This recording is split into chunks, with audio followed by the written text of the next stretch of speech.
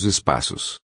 A revelação dos Espíritos vem por termo a todas estas apreensões, traz-nos sobre a vida de além-túmulo indicações exatas. 103. Dissipa a incerteza cruel, o temor do desconhecido que nos atribulam à morte, diz-nos ela, em nada muda a nossa natureza espiritual, os nossos caracteres, o que constitui o nosso verdadeiro eu, apenas nos torna mais livres, dota-nos de uma liberdade, cuja extensão se mede pelo nosso grau de adiantamento. De um, como do outro lado, temos a possibilidade de fazer o bem ou o mal, a facilidade de adiantar-nos, de progredir, de reformar-nos. Por toda a parte reinam as mesmas leis, as mesmas harmonias, as mesmas potências divinas. Nada é irrevogável. O amor que nos chama a este mundo, atrai-nos mais tarde para o outro, mas, em todos os lugares, esperam-nos amigos, protetores, arrimos.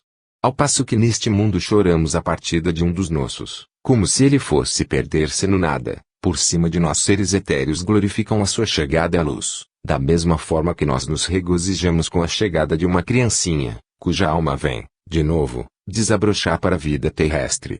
Os mortos são os vivos do céu. Muitas pessoas temem a morte por causa dos sofrimentos físicos que acompanham. Sofremos, é verdade, na doença que acaba pela morte, mas sofremos também nas doenças de que nos curamos. No instante da morte, dizem-nos os espíritos, quase nunca há dor, morre-se como se adormece.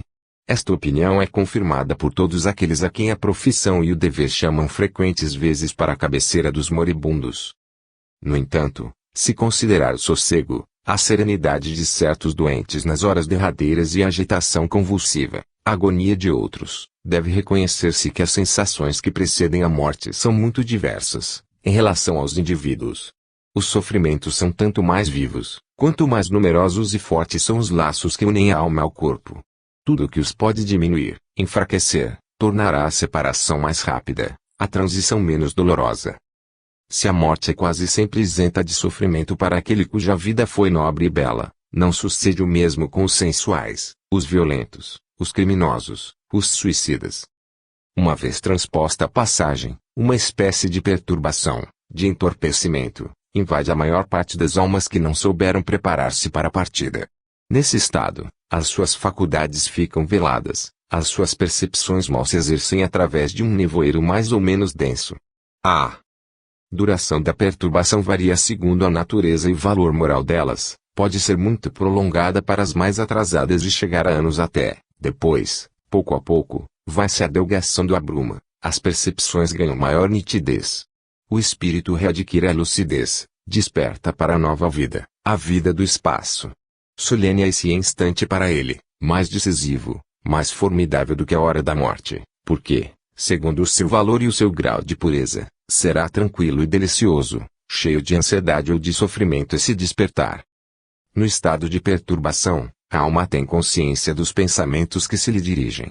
Os pensamentos de amor e caridade, as vibrações dos corações afetuosos brilham para ela como raios na névoa que a envolve, ajudam-na a soltar-se dos últimos laços que acorrentam a terra, a sair da sombra em que está imersa.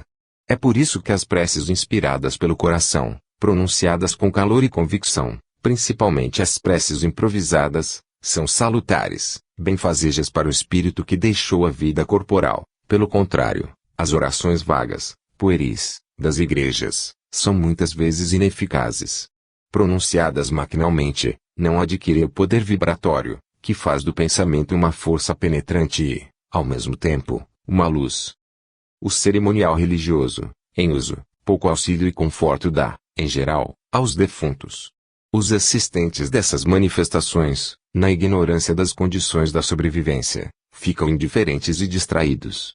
É quase um escândalo ver a desatenção com que se assiste, em nossa época, a uma cerimônia fúnebre.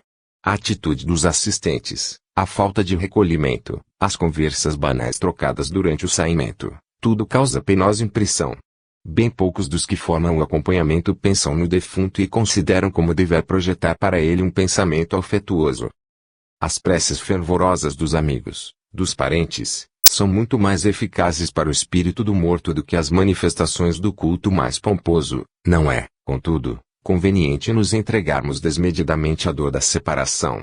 As saudades da partida são, de certo, legítimas, e as lágrimas sinceras são sagradas, Mas, quando demasiado violentas, estas saudades entristecem e desanimam aquele que é objeto e, muitas vezes, testemunha delas. Em vez de lhe facilitarem o voo para o espaço, retém-no nos lugares onde sofreu e onde ainda estão sofrendo aqueles que lhe são caros. Pergunta-se às vezes o que se deve pensar das mortes prematuras, das mortes acidentais, das catástrofes que, de um golpe, destroem numerosas existências humanas. Como conciliar esses fatos com a ideia de plano, de providência, de harmonia universal?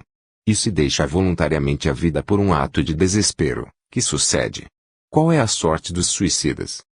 As existências interrompidas prematuramente por causa de acidentes chegaram ao seu termo previsto.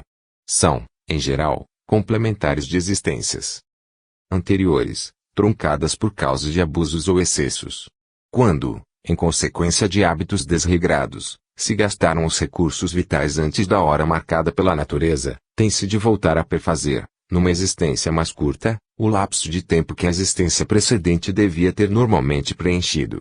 Sucede que os seres humanos, que devem dar esta reparação, se reúnem num ponto pela força do destino, para sofrerem, numa morte trágica, as consequências de atos que têm relação com o passado anterior ao nascimento. Daí, as mortes coletivas, as catástrofes que lançam no mundo um aviso. Aqueles que assim partem, acabaram o tempo que tinham de viver e vão preparar-se para existências melhores.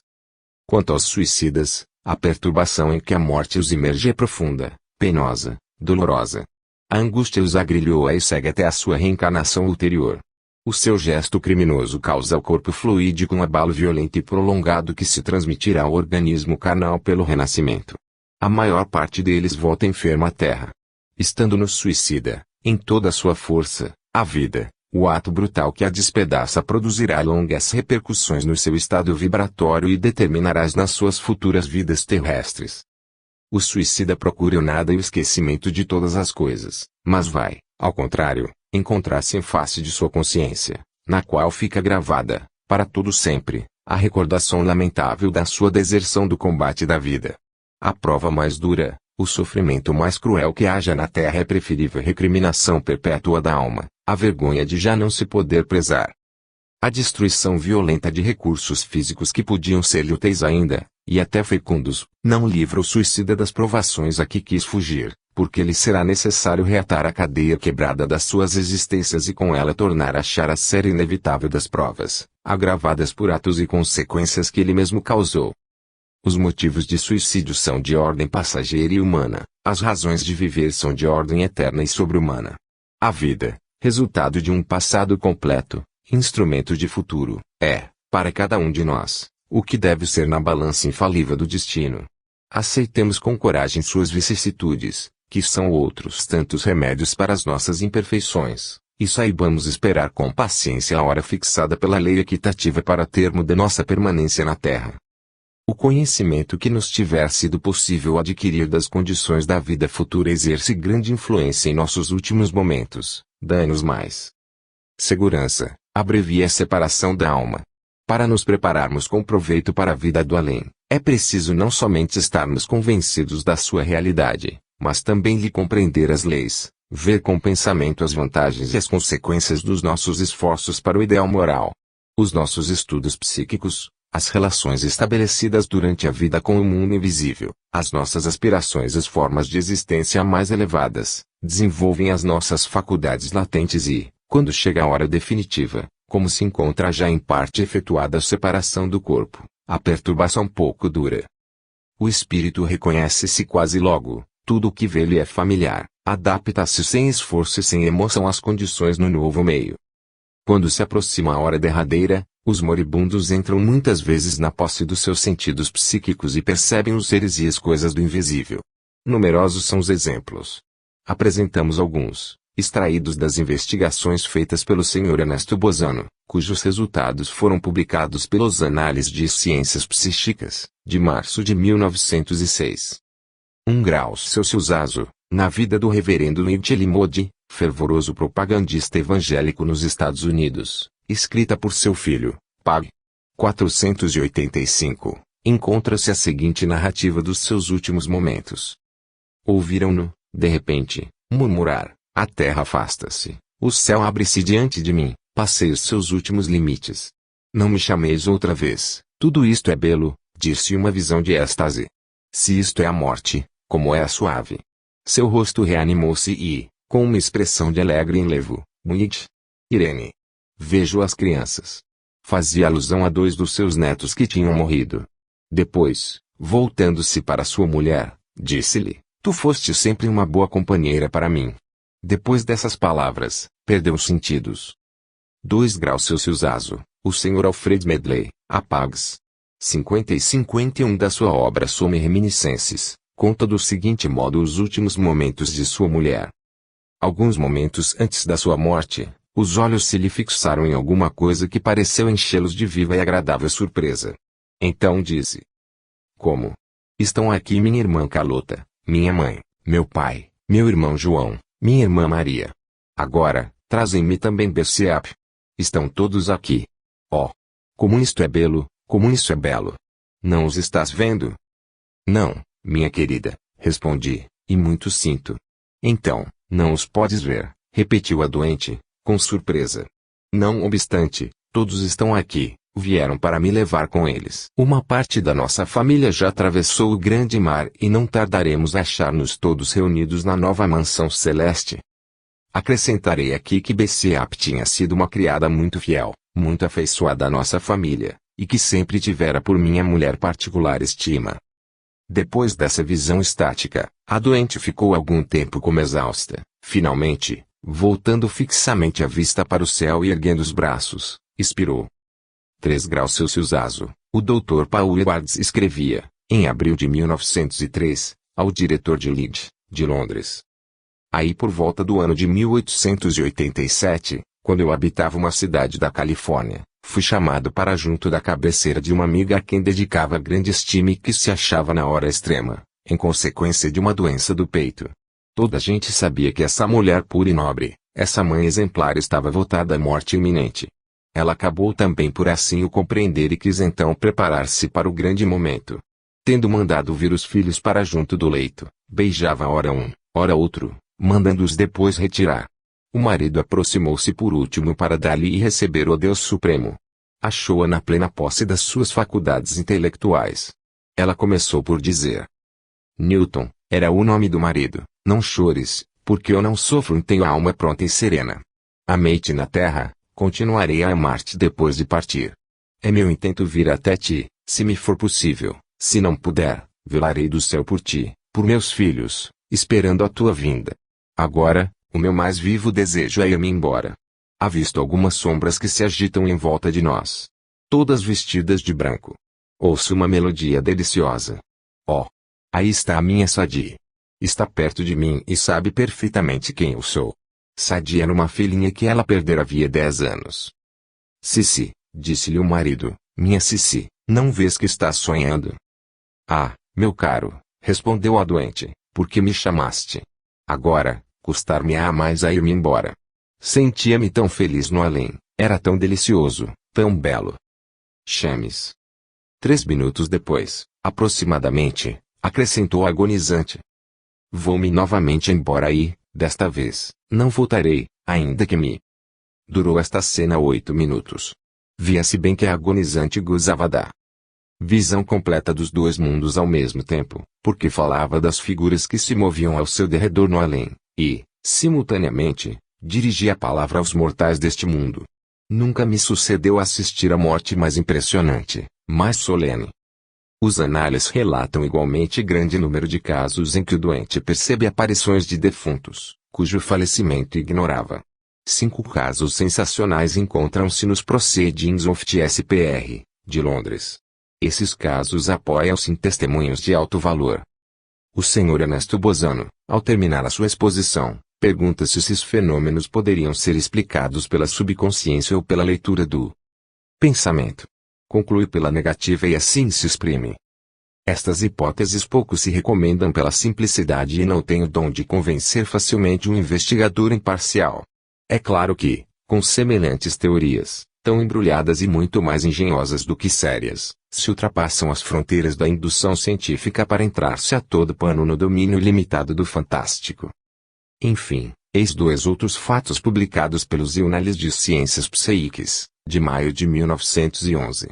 Eles apresentam certos traços de analogia com os precedentes e, além disso, se enriquecem de pormenores, que nos ensinam como se opera, na morte, a separação entre o corpo fluídico e o corpo material. A senhora Maurence Marriott escreve o que se segue no The Spirit's World, o Mundo dos Espíritos, 128. Conto entre meus mais caros amigos uma jovem, pertencente às altas classes da aristocracia, dotada de maravilhosas faculdades mediúnicas. Teve ela, há alguns anos, a infelicidade de perder sua irmã mais velha, então com 20 anos, em consequência de uma forte pleuresia. Edith, designarei por esse nome a jovem médium, não quis afastar-se um só instante da cabeceira de sua irmã, e aí, em estado de clarividência, podia assistir ao processo de separação do espírito da parte material. Contava-me ela que a pobre doente, em seus últimos dias de vida terrestre, se tinha tornado inquieta, sobreexcitada, delirante, voltando-se incessantemente no leito e pronunciando palavras sem sentido. Foi então que Edith começou a perceber uma espécie de ligeira nebulosidade semelhante à fumaça, que, condensando-se gradualmente acima da cabeça, acabou por assumir as proporções, as formas e os traços da irmã moribunda, de modo a se lhe assemelhar por completo. Essa forma flutuava no ar, a pouca distância da doente. À medida que o dia declinava, a agitação da enferma minorava, sendo substituída à tarde por prostração profunda, precursora da agonia. Edith contemplava avidamente a irmã, o rosto tornara-se lívido, o olhar obscurecia-se, mas, ao alto, a forma fluídica purpureava-se e parecia animar-se gradualmente com a vida que abandonava o corpo. Um momento depois, a criança jazia inerte sem conhecimento sobre os travesseiros, mas a forma se transformara em espírito vivo. Cordões de luz, no entanto, semelhantes a fluorescências elétricas, ligavam-se ainda ao coração, ao cérebro e aos outros órgãos vitais. Chegando o momento supremo, o espírito oscilou algum tempo de um lado a outro, para vir em seguida colocar-se ao lado do corpo inanimado. Ele era, em aparência, muito fraco e mal podia suster-se. E, enquanto Edith contemplava esta cena, eis que se apresentaram duas formas luminosas, nas quais reconheceu seu pai e sua avó, mortos ambos nessa mesma casa. Aproximaram-se do espírito recém-nascido, sustentaram-no afetuosamente e o abraçaram. Depois, arrancaram-lhe os cordões de luz que o ligavam ainda ao corpo, e, apertando-o sempre nos braços, dirigiram-se à janela e desapareceram. W. Stinton Moses, pastor da igreja anglicana e um dos mais célebres médiuns de nossa época, publicou em Leeds. Tive recentemente pela primeira vez na vida a ocasião de estudar os processos de transição do espírito. Aprendi tantas coisas dessa experiência, que me louvo por ser útil a outros contando o que vi. Tratava-se de um próximo parente meu, de quase 80 anos. Eu tinha percebido, por certos sintomas, que seu fim estava próximo e corria a preencher meu triste e último dever. Graças a meus sentidos espirituais, podia verificar que em torno e acima de seu corpo se formava a aura nebulosa com a qual o espírito devia preparar seu corpo espiritual, e percebia que ela ia aumentando de volume e densidade, posto que submetida a maiores ou menores variações, segundo as oscilações experimentadas na vitalidade do moribundo. Pude assim notar que, por vezes, um ligeiro alimento tomado pelo doente ou uma influência magnética desprendida por pessoa que dele se aproximasse, tinha como resultado avivar momentaneamente o corpo. A aura parecia, pois, continuamente em fluxo e refluxo. Assisti a esse espetáculo durante 12 dias e 12 noites e, se bem que ao 7º dia já o corpo tivesse dado sinais de sua iminente dissolução, a flutuação da vitalidade espiritual em via de exteriorização persistia. Pelo contrário, a cor da aura tinha mudado, esta última tomava, além disso, formas cada vez mais definidas, à medida que a hora da libertação se aproximava para o espírito. 24 horas, somente, antes da morte, quando o corpo jazia inerte, foi que o processo de libertação progrediu.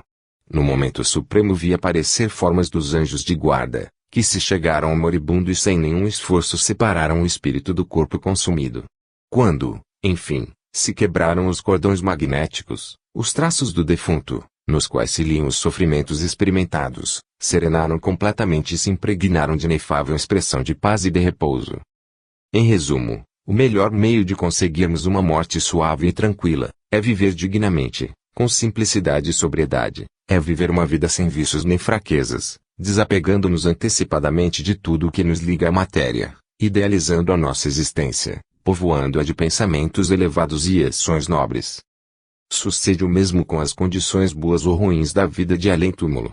Dependem também unicamente da maneira por que desenvolvemos as nossas tendências, os nossos apetites, os nossos desejos. É na atualidade que precisamos preparar-nos, agir, reformar-nos, e não no momento em que se aproxima o fim terrestre. Seria pueril acreditarmos que a nossa situação futura depende de certas formalidades mais ou menos bem cumpridas à hora da partida. É a nossa vida inteira que responde pela vida futura, uma e outra se ligam estreitamente, formam uma série de causas e efeitos que a morte não interrompe.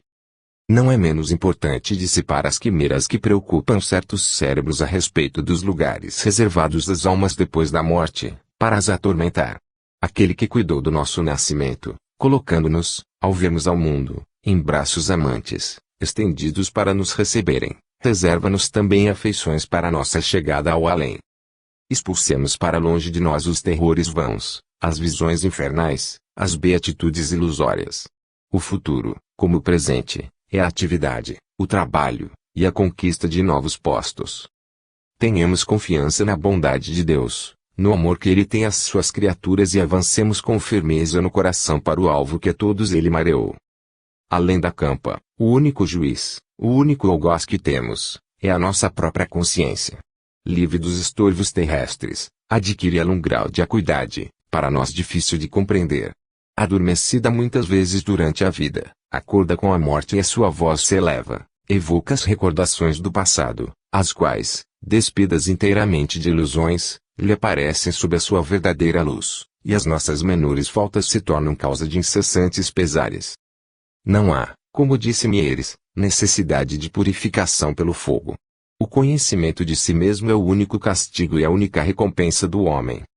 Existe em toda a parte a harmonia, tanto na marcha solene dos mundos, como na dos destinos. Cada um é classificado segundo as suas aptidões na ordem universal. Aos grandes espíritos incumbem as altas tarefas, as criações do gênio, as almas fracas, as obras medíocres, as missões inferiores. Em qualquer campo que se exerça a atividade das nossas vidas, tendamos para o lugar que nos convém e legitimamente nos pertence. Façamo-nos, pois, almas poderosas, ricas de ciência e virtude, aptas para as obras grandiosas e, por si mesmas, elas se hão de colocar em nobre posição na ordem eterna. Pela alta cultura moral, pela conquista da energia, da dignidade, da bondade, esforcemo-nos por alcançar o nível dos grandes espíritos que trabalham pela causa das humanidades, para apreciarmos com eles as alegrias reservadas ao verdadeiro mérito. Então a morte, em vez de ser um espantalho, converter-se-á, para nós, em um benefício, e poderemos repetir as célebres palavras de Sócrates: "Ah! Se assim é, deixai que eu morra uma e muitas vezes." 11. A vida no além. O ser humano, dissemos, pertence desde esta vida a dois mundos. Pelo corpo físico está ligado ao mundo visível, pelo corpo fluídico ao invisível. O sono é a separação temporária dos dois invólucros, a morte é a separação definitiva. A alma, nos dois casos, separa-se do corpo físico e, com ela, a vida concentra-se no corpo fluídico. A vida de além-túmulo é simplesmente a permanência e a libertação da parte invisível do nosso ser. A antiguidade conheceu esse mistério, mas, desde muito tempo, sobre as condições da vida futura os homens apenas possuíam noções de caráter vago e hipotético.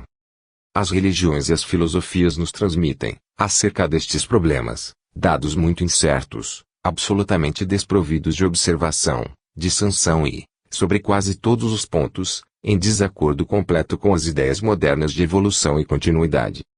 A ciência, por seu lado, não estudou nem conheceu, até aqui, no homem terrestre mais do que a superfície, a parte física. Ora, esta é para o ser inteiro quase o que a casca é para a árvore. Quanto ao homem fluídico, etéreo, de que o nosso cérebro físico não pode ter consciência, ela o tem ignorado inteiramente até nossos dias. Daí a sua impotência para resolver o problema da sobrevivência, pois que é só um ser fluídico que sobrevive. A ciência nada tem compreendido das manifestações psíquicas que se produzem no sono, no desprendimento, na exteriorização, no êxtase, em todas as fugas da alma para a vida superior. Ora, é unicamente pela observação desses fatos que chegaremos a adquirir, já nesta vida, um conhecimento positivo da natureza do eu e das suas condições de existência no além. Só a experiência podia resolver a questão. Tratava-se de estudar no homem atual o que o pode esclarecer sobre o homem futuro. Não há outra saída para o pensamento humano, que a religião, a filosofia e a ciência, na sua insuficiência, encurralaram no materialismo.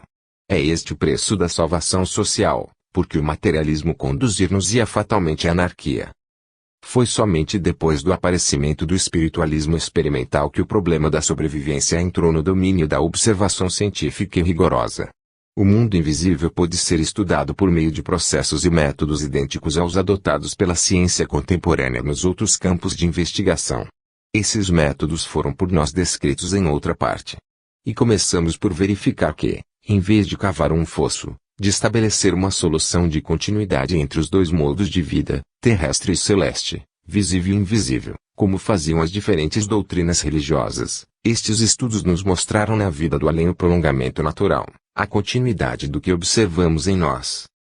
A persistência da vida consciente, com todos os atributos do que comporta, memória, inteligência, faculdades afetivas, foi estabelecida pelas numerosas provas de identidade pessoal recolhidas no decurso de experiências e investigações dirigidas por sociedades de estudos psíquicos em todos os países. Os espíritos dos defuntos têm se manifestado, aos milhares, não somente com o cunho de caráter e a totalidade das recordações que constituem a sua personalidade moral, mas também com as feições físicas e as particularidades da sua forma terrestre, conservadas pelo perispírito ou corpo etéreo.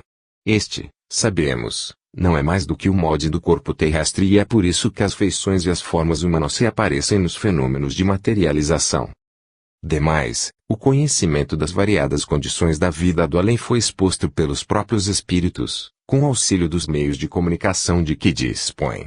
Suas indicações, recolhidas e consignadas em volumes inteiros de autos, servem de base precisa concepção que atualmente podemos fazer das leis da vida futura.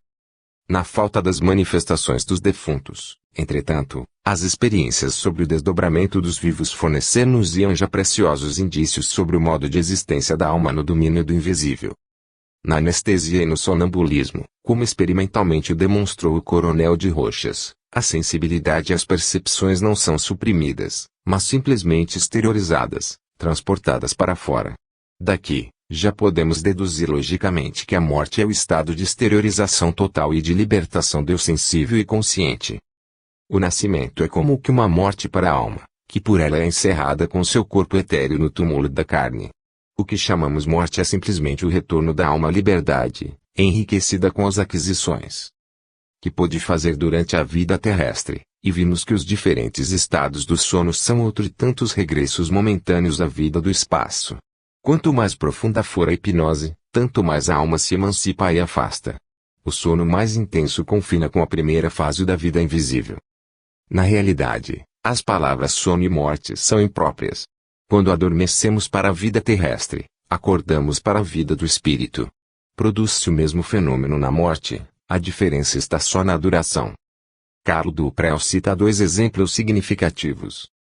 Uma sonâmbula fez um dia a descrição do seu estado e sentia pesar por não poder lembrar-se dele depois de acordada, mas, acrescentava, tornarei a ver isso tudo depois da morte.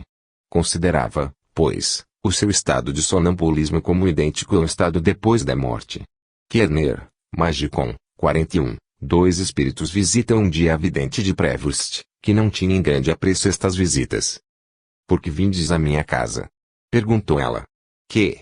Responderam com muito acerto os espíritos, tu é que estás em nossa casa. Perti, I. 280. O nosso mundo e o além não estão separados um do outro, provam-no esses fatos a que se podiam juntar muitos outros da mesma ordem. Estão um no outro, de alguma sorte se enlaçam e estreitamente se confundem. Os homens e os espíritos misturam-se. Testemunhas invisíveis associam-se à nossa vida, compartilhando de nossas alegrias e provações. A situação do espírito depois da morte é a consequência direta das suas inclinações, seja para a matéria, seja para os bens da inteligência e do sentimento. Se as propensões sensuais dominam, o ser forçosamente se mobiliza nos planos inferiores, que são os mais densos, os mais grosseiros. Se alimenta pensamentos belos e puros, eleva-se a esferas em relação com a própria natureza dos seus pensamentos. Swedenborg disse com razão: o céu está onde o homem pôs o seu coração. Todavia, não é imediata classificação, nem súbita transição. Seu olhar humano não pode passar bruscamente da escuridão à luz viva. Sucede o mesmo com a alma. A morte faz-nos entrar num estado transitório, espécie de prolongamento da vida física e prelúdio da vida espiritual. É o estado de perturbação de que falamos, estado mais ou menos prolongado segundo a natureza espessa ou etérea do perispírito do defunto. Livre do fardo material que a oprimia, a alma acha-se ainda envolvida na rede dos pensamentos e das imagens, sensações, paixões, emoções, por ela geradas no decurso das suas vidas terrestres, terá de familiarizar-se com a sua nova situação, entrar no conhecimento do seu estado, antes de ser levada para o meio cósmico adequado ao seu grau de luz e densidade. A princípio, para o maior números, tudo é motivo de admiração nesse outro mundo onde as coisas diferem essencialmente do meio terrestre. As leis da gravidade são mais brandas, as paredes não são obstáculos, a alma pode atravessá-las e elevar-se aos ares. Não obstante, continua retida por certos estorvos que não pode definir. Tudo a intimida e enche de hesitação, mas os seus amigos de lá vigiam e guiam-lhe os primeiros voos. Os espíritos adiantados depressa se libertam de todas as influências terrestres e recuperam a consciência de si mesmos. O véu material rasga-se ao impulso dos seus pensamentos e abrem-se perspectivas imensas. Compreendem quase logo a sua situação e com facilidade a ela se adaptam. Seu corpo espiritual, instrumento evolutivo, organismo da alma, de que ela nunca se separa, que é a obra de todo o seu passado, porque pessoalmente o construiu e teceu com a sua atividade, flutua algum tempo na atmosfera, depois, segundo o seu estado de sutileza, de poder, corresponde às atrações longínquas, sente-se naturalmente elevado para associações similares, para agrupamentos de espíritos da mesma ordem, espíritos luminosos ou velados, que rodeiam o recém-chegado com solicitude para o iniciarem nas condições do seu novo modo de existência. Os espíritos inferiores conservam por muito tempo as impressões da vida material. Julgam que ainda vivem fisicamente e continuam, às vezes durante anos, o simulacro das suas ocupações habituais. Para os materialistas o fenômeno da morte continua a ser incompreensível. Por falta de conhecimentos prévios confundem o corpo fluídico com o corpo físico e conservam as ilusões da vida terrestre. Os seus gostos e até as suas necessidades imaginárias como que os amarram à terra. Depois, devagar, com auxílio de espíritos benfazejos, sua consciência desperta, sua inteligência abre-se à compreensão do seu novo estado, mas, desde que procuram elevar-se, sua densidade fala-os recair imediatamente na Terra. As atrações planetárias e as correntes fluídicas do espaço os reconduzem violentamente para as nossas regiões, como folhas secas varridas pelo vendaval. Os crentes ortodoxos vagueiam na incerteza e procuram a realização das promessas do sacerdote, o gozo das beatitudes prometidas. Por vezes é grande a sua surpresa, precisam de longo aprendizado para se iniciarem nas verdadeiras leis do espaço. Em vez de anjos ou demônios, encontram os espíritos dos homens que, como eles, viveram na terra e os precederam. Viva é a sua decepção ao verem suas esperanças malogradas, transformadas suas convicções por fatos para que de nenhum modo os preparar à educação que haviam recebido, mas, se sua vida foi boa, submissa ao dever, não podem essas almas ser infelizes por terem sobre o destino mais influência os atos que as crenças. Os espíritos sépticos e, com eles, todos aqueles que se recusaram a crer na possibilidade de uma vida independente do corpo, julgam-se mergulhados em um sonho. Este sonho só se dissipa quando acaba o erro em que estes espíritos laboram.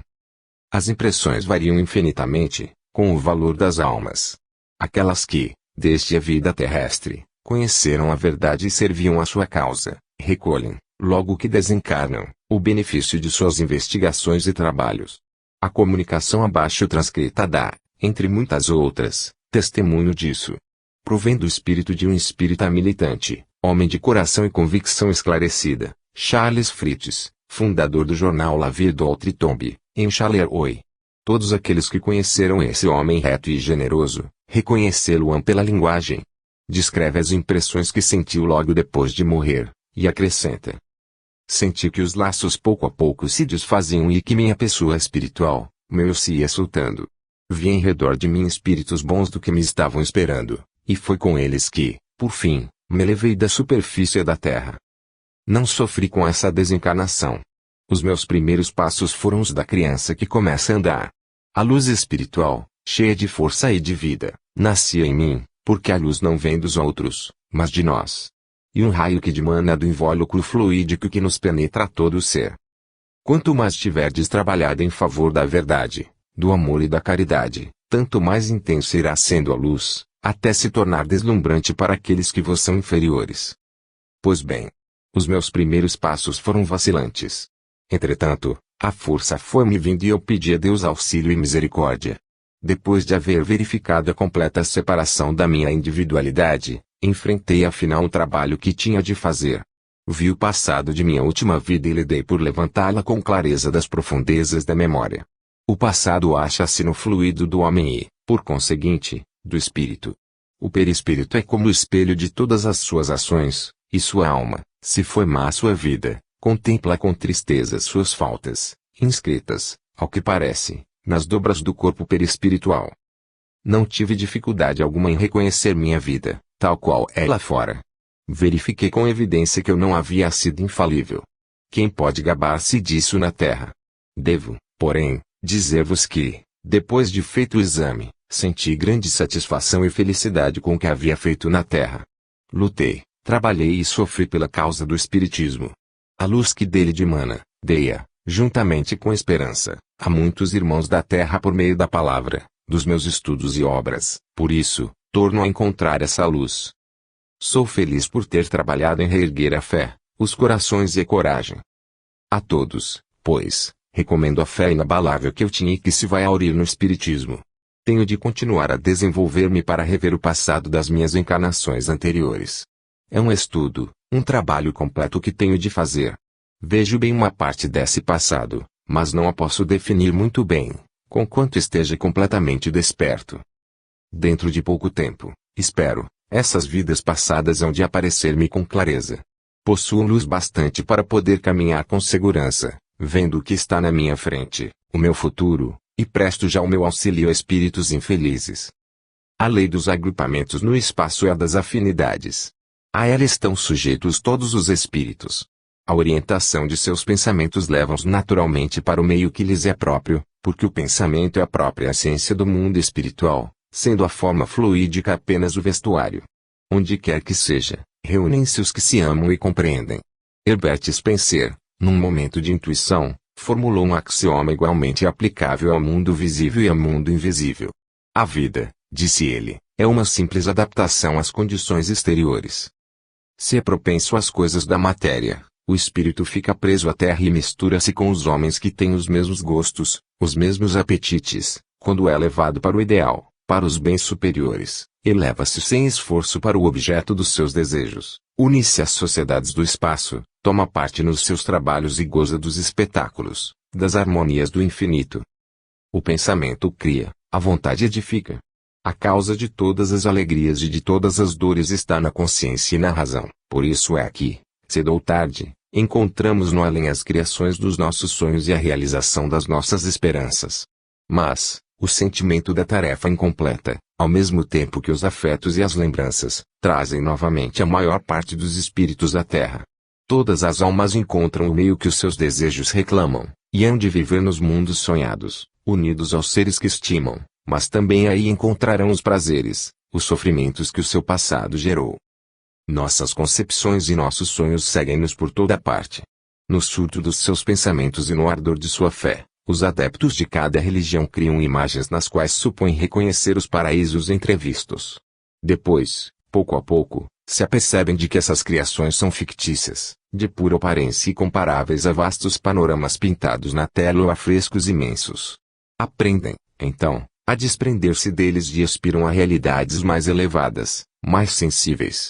Sob nossa forma atual e no estreito limite de nossas faculdades, não poderíamos compreender as alegrias e os arroubos reservados aos espíritos superiores, nem as angústias profundas experimentadas pelas almas delicadas que chegaram aos limites da perfeição.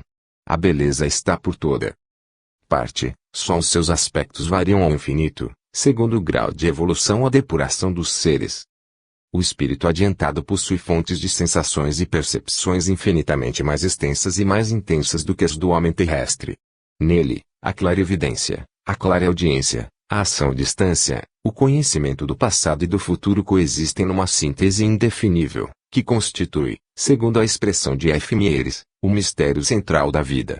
Falando das faculdades dos invisíveis de situação média, esse autor assim se exprime.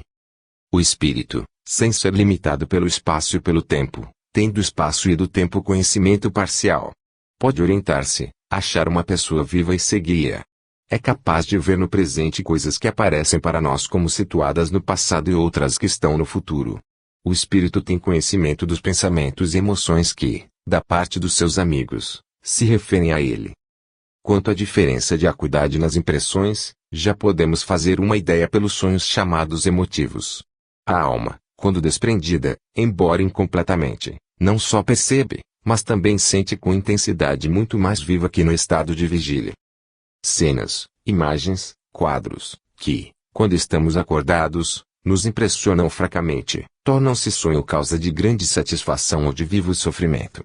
Isto nos dá uma ideia do que podem ser a vida dos espíritos e seus modos de sensação, quando, separados do invólucro carnal, a memória e a consciência recuperam a plenitude de suas vibrações. Compreendamos desde logo como pode a reconstituição das recordações do passado converter-se em fonte de tormentos. A alma traz em si mesmo seu próprio juiz, a sanção infalível de suas obras, boas ou más. Tem-se reconhecido isto em acidentes que podiam ter causado a morte.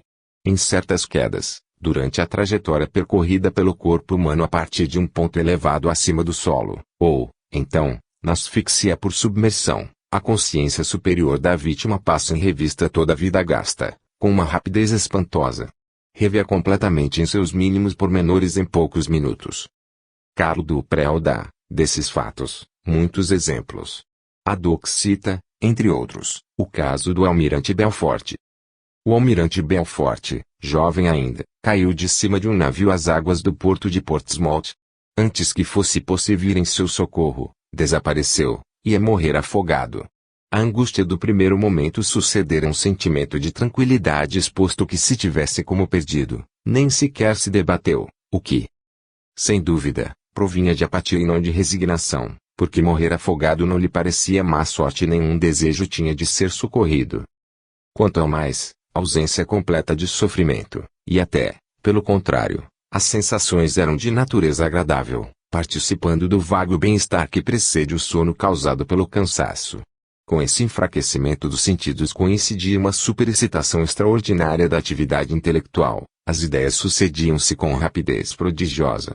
O acidente que acabava de dar-se, o descuido que o motivara, o tumulto que se lhe deveria ter seguido, a dor que ia lancear o pai da vítima, outras circunstâncias intimamente ligadas ao lar doméstico, foram objeto de suas primeiras reflexões. Depois, veio-lhe à memória o último cruzeiro, viagem acidentada por um naufrágio, a seguir, a escola, os progressos que nela fizera e também o tempo perdido, finalmente, as suas ocupações e aventuras de criança. Em suma, a subida de todo o rio da vida, e quão pormenorizada e precisa.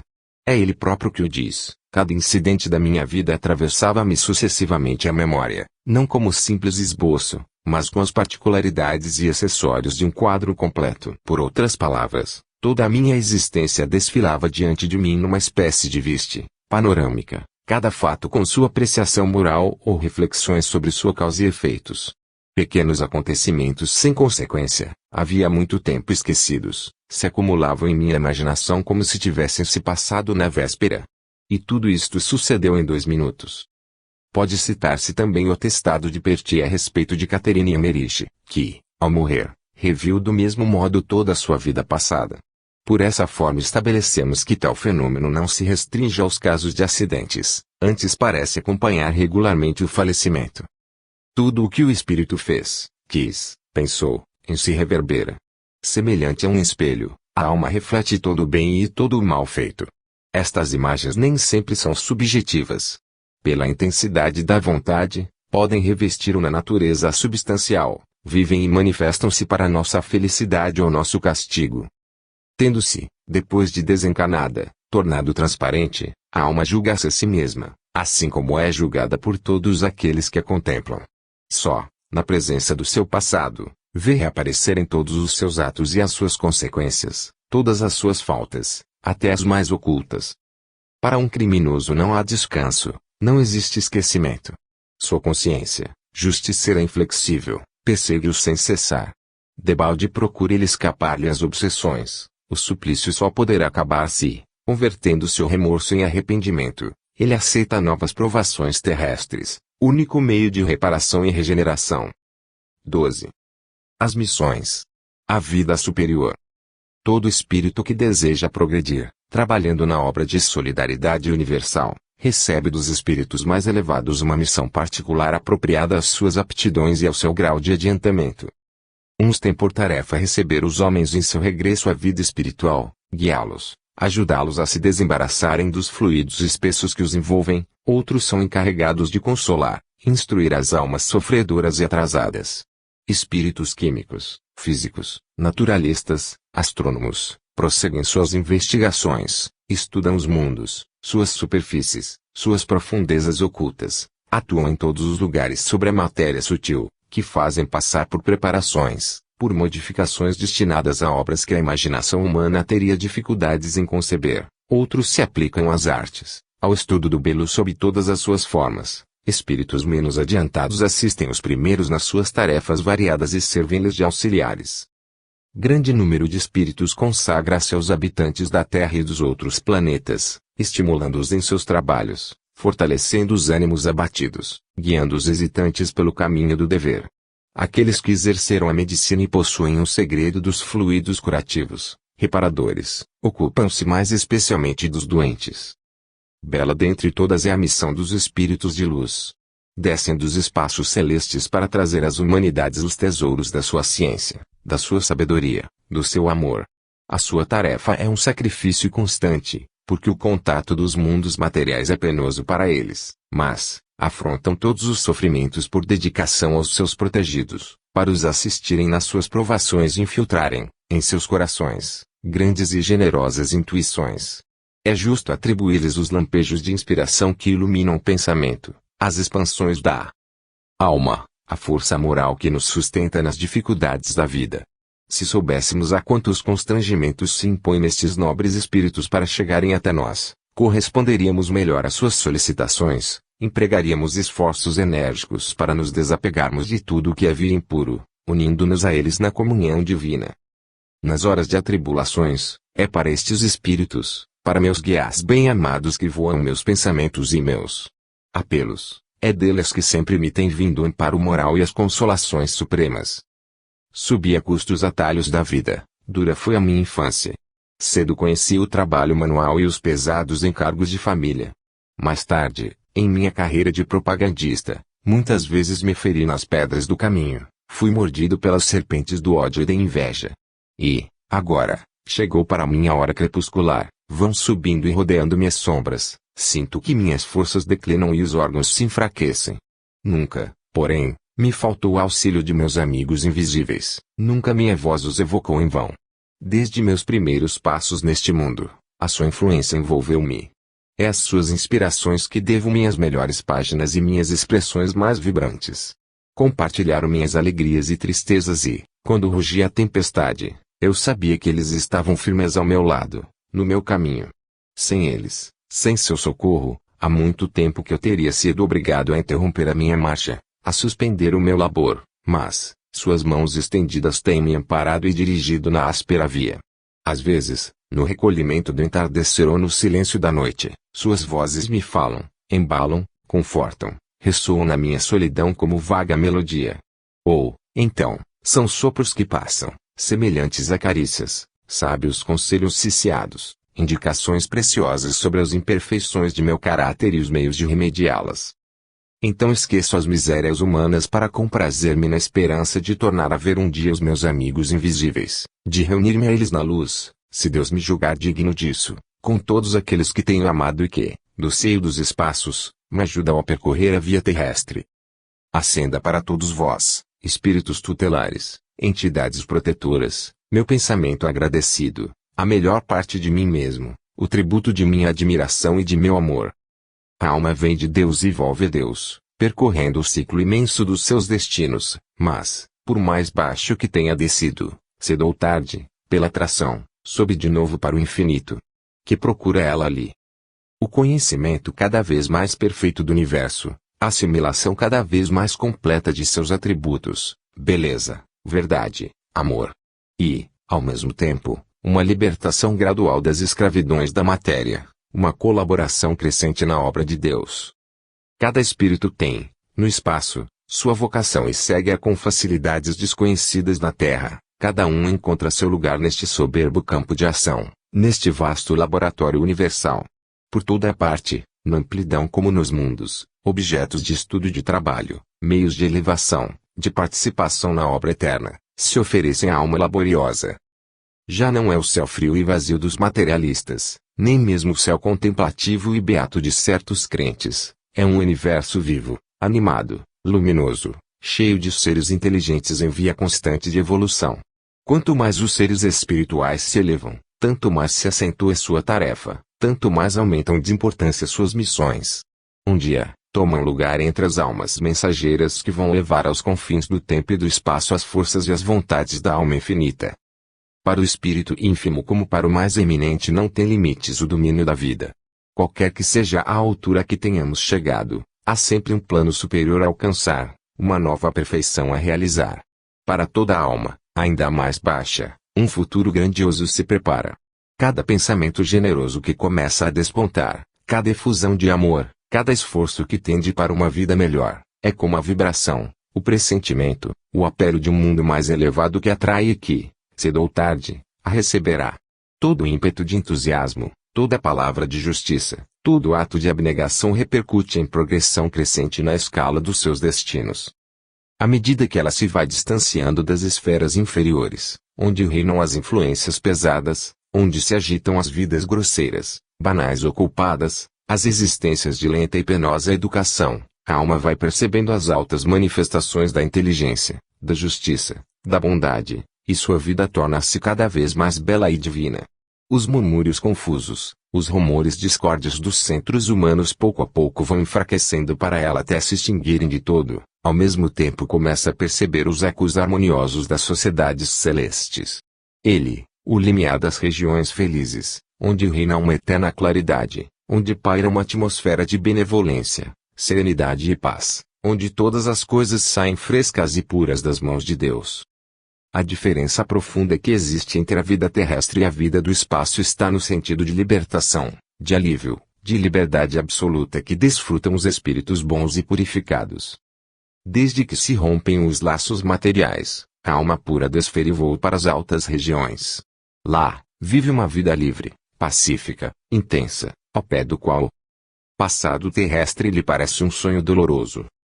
Na efusão das ternuras recíprocas, numa vida livre de males, de necessidades físicas, a alma sente multiplicarem-se as suas faculdades, adquirirem uma penetração e uma extensão de que os fenômenos de êxtase nos fazem entrever os velados esplendores. A linguagem do mundo espiritual é a das imagens e dos símbolos, rápida como o pensamento. É por isso que os nossos guias invisíveis se servem de preferência de representações simbólicas para nos prevenir, no sonho, de um perigo ou de uma desgraça. O éter, fluido brando e luminoso, toma com extrema facilidade as formas que a vontade lhe imprime. Os espíritos comunicam entre si e compreendem-se por processos ao pé dos quais a arte oratória mais consumada, toda a magia da eloquência humana pareceriam apenas um grosseiro balbuciar. As inteligências elevadas percebem e realizam sem esforço as mais maravilhosas concepções da arte e do gênio. Mas, estas concepções não podem ser transmitidas integralmente aos homens. Mesmo nas manifestações medianímicas mais perfeitas, o espírito superior tem de se submeter às leis físicas do nosso mundo e só vagos reflexos ou ecos enfraquecidos das esferas celestes, algumas notas perdidas da grande sinfonia eterna, é que ele pode fazer chegar até nós. Tudo é graduado na vida espiritual. A cada grau de evolução do ser para a sabedoria, para a luz, para a santidade, corresponde um estado mais perfeito de seus sentidos receptivos, de seus meios de percepção. O corpo fluídico, cada vez mais diáfano, mais transparente, deixa a passagem livre às radiações da alma. Daí uma aptidão maior para apreciar, para compreender os esplendores infinitos. Daí uma recordação mais extensa do passado, uma familiarização cada vez maior com os seres e as coisas dos planos superiores, até que a alma, em sua marcha progressiva, tenha atingido as máximas altitudes. Chegado a essas alturas, o espírito tem vencido toda paixão, toda a tendência para o mal, tem se libertado para sempre do jugo material e da lei dos renascimentos, e a entrada definitiva nos reinos divinos, donde só voluntariamente descerá ao círculo das gerações para desempenhar missões sublimes. Nestas eminências, a existência é uma festa perene da inteligência e do coração, e a comunhão íntima no amor com todos aqueles que nos foram caros e conosco percorreram o ciclo das transmigrações e das provas. Ajuntar a isso a visão constante da eterna beleza, uma penetração profunda dos mistérios e das leis do universo, e tereis uma fraca ideia das alegrias reservadas a todos aqueles que, por seus méritos e esforços, alcançaram os céus superiores. Segunda parte. O problema do destino. 13. As vidas sucessivas. A reencarnação e suas leis.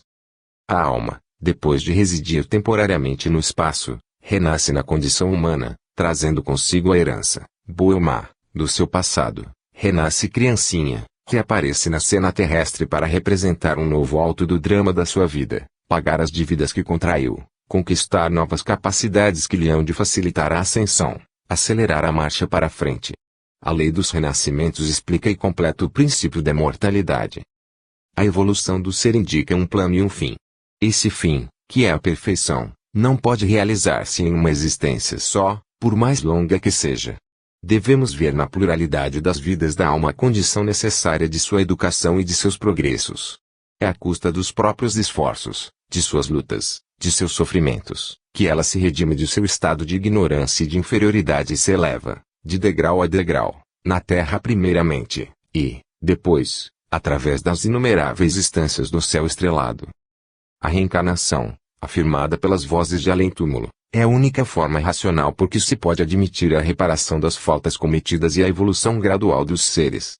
Sem ela, não se vê sanção moral satisfatória e completa, não há possibilidade de conceber a existência de um ser que governe o universo com justiça. Se admitirmos que o homem viva atualmente pela primeira e última vez neste mundo, que uma única existência terrestre é o quinhão de cada um de nós, a incoerência e a parcialidade, forçoso seria reconhecê-lo, presidem a repartição dos bens e dos males, das aptidões e das faculdades, das qualidades nativas e dos vícios originais. Porque para uns a fortuna, a felicidade constante e para outros a miséria, a desgraça inevitável. Para estes a força, a saúde, a beleza, para aqueles a fraqueza, a doença, a fealdade. Porque a inteligência, o gênio, aqui, e, acolá, a imbecilidade. Como se encontram tantas qualidades morais admiráveis, a par de tantos vícios e defeitos. Porque há raças tão diversas. Umas inferiores a tal ponto que parecem confinar com a animalidade e outras favorecidas com todos os dons que lhes asseguram a supremacia. E as enfermidades inatas, a cegueira, a idiotia, as deformidades, todos os infortúnios que enchem os hospitais, os albergues noturnos, as casas de correção. A hereditariedade não explica tudo. Na maior parte dos casos, estas aflições não podem ser consideradas como o resultado de causas atuais. Sucede o mesmo com os favores da sorte. Muitíssimas vezes, os justos parecem esmagados pelo peso da prova, ao passo que os egoístas e os maus prosperam. Porque também as crianças mortas antes de nascer e as que são condenadas a sofrer desde o berço. Certas existências acabam em poucos anos, em poucos dias, outras duram quase um século. Donde vêm também os jovens prodígios, músicos, pintores, poetas, todos aqueles que, desde a meninice, mostram disposições extraordinárias para as artes ou para as ciências, ao passo que tantos outros ficam na mediocridade toda a vida, apesar de um labor insano. E igualmente, donde vêm os instintos precoces, os sentimentos inatos de dignidade ou baixeza contrastando às vezes tão estranhamente com o meio em que se manifestam.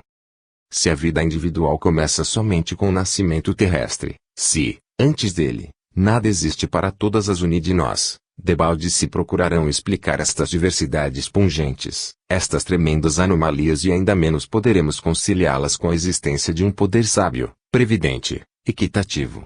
Todas as religiões, todos os sistemas filosóficos contemporâneos vieram esbarrar com este problema, nenhum o pôde resolver. Considerado sob seu ponto de vista, que é a unidade de existência para